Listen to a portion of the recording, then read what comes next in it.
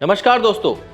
इन दिनों दुनिया के कई देशों में युवा सड़कों पर है, नारे लगा रहे हैं, सरकारों से सवाल कर रहे हैं और बदलाव की मांग कर रहे हैं।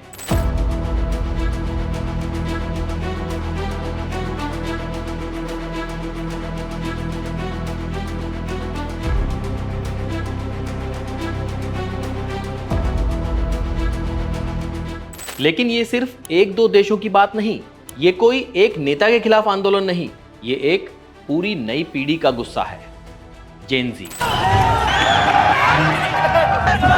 तो आखिर क्यों है ये गुस्सा, ये क्या मांग कर रहे हैं और ये आंदोलन इतने अलग क्यों हैं, ये सब मैं आपको बताऊंगा। लेकिन उससे पहले ये समझना जरूरी है कि आखिर ये जेन ज़ी हैं कौन।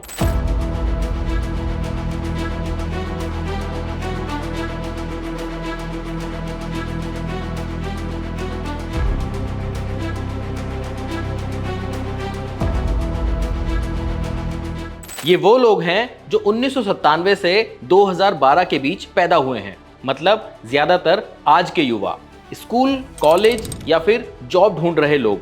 ये वो पीढ़ी है जो इंटरनेट, स्मार्टफोन और सोशल मीडिया के साथ बड़ी हुई है। इंस्टाग्राम, यूट्यूब, टिकटॉक, इनके लिए सब एक रोज की चीजें हैं। लेकिन इन युवाओं को आज सबसे ज्यादा बेरोजगारी, महंगाई और सरकार की अनदेखी का सामना करना पड़ रहा है, जिसके कारण इनका सब्र टूट रहा है।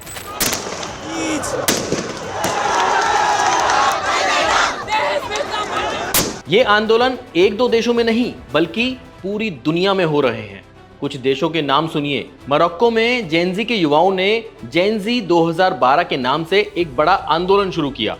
सरकार से पूछा गया, जब अस्पतालों की हालत खराब है तो तुम स्टेडियम क्यों बना रहे हो। नेपाल में तो इतना हाल बिगड़ गया कि सरकार ने सोशल मीडिया बंद कर दिया। इसके बाद प्रदर्शन और तेज हो गया, संसद में आग लगा दी, प्रधानमंत्री को इस्तीफा तक देना पड़ा, यहां तक कि देश छोड़कर दूसरे देश में शरण तक लेनी पड़ी।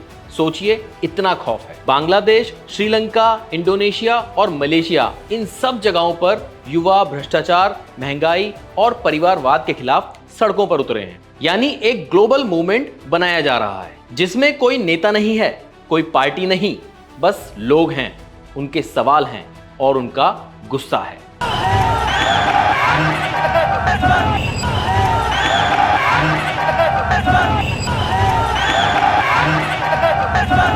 इन युवाओं की मांगें बहुत सीधी और जरूरी हैं, जैसे बेरोजगारी हटाओ, पढ़ाई पूरी करने के बाद भी नौकरी नहीं मिलती। दूसरा, सरकारी सिस्टम सुधारो, अस्पतालों में इलाज नहीं, स्कूलों में टीचर नहीं। भ्रष्टाचार बंद करो, नेता अपने रिश्तेदारों को कुर्सी दे रहे हैं। सोशल मीडिया बंद करो, कई सरकारें आवाज दबाने के लिए इंटरनेट बंद कर देती है। पैसा सही जगह खर्च करो, करोड़ों स्टेडियम पर नहीं, अस्पतालों और शिक्षा पर खर्च करने चाहिए। जहां तक मैं समझ पा रहा हूं, इनमें से कोई भी मांग गलत नहीं है, ये सब बुनियादी हक है। अब सवाल आता है, ये आंदोलन पुराने आंदोलन से अलग कैसे है। पहली बात, कोई बड़ा नेता नहीं है, हर कोई मिलकर फैसले लेता है, इंस्टाग्राम, डिस्कॉर्ड और व्हाट्सएप ग्रुप के जरिए। दूसरी बात, इनकी पहचान बहुत क्रिएटिव है। कई युवा वन पीस नाम के एक मशहूर जापानी मंगा का झंडा लेकर निकलते हैं, जो आजादी और बदलाव की पहचान बन चुका है। तीसरी बात, बहुत तेजी से फैलते हैं। एक पोस्ट वायरल नहीं हुई कि अगले ही दिन प्रदर्शन शुरू हो जाता है। जैसे जैसे ये आंदोलन बढ़ते जा रहे हैं, सरकार डरने लगी है, इंटरनेट बंद कर दिया जाता है, प्रदर्शनकारियों को अरेस्ट किया जाता है, कहीं कहीं पुलिस लाठीचार्ज भी करती है, कुछ जगह हिंसा भी होती है जिससे आंदोलन को बदनाम किया जा सके। पर इससे भी युवा डरे नहीं। नेपाल में तो इतने विरोध हुए कि सरकार ही बदलनी पड़ी। इनके विरोध से कई जगहों पर असर साफ दिख रहा है। नेपाल में प्रधानमंत्री को इस्तीफा देना पड़ा। बांग्लादेश में छात्रों का विरोध इतना बड़ा हो गया कि सरकार को सफाई देनी पड़ी।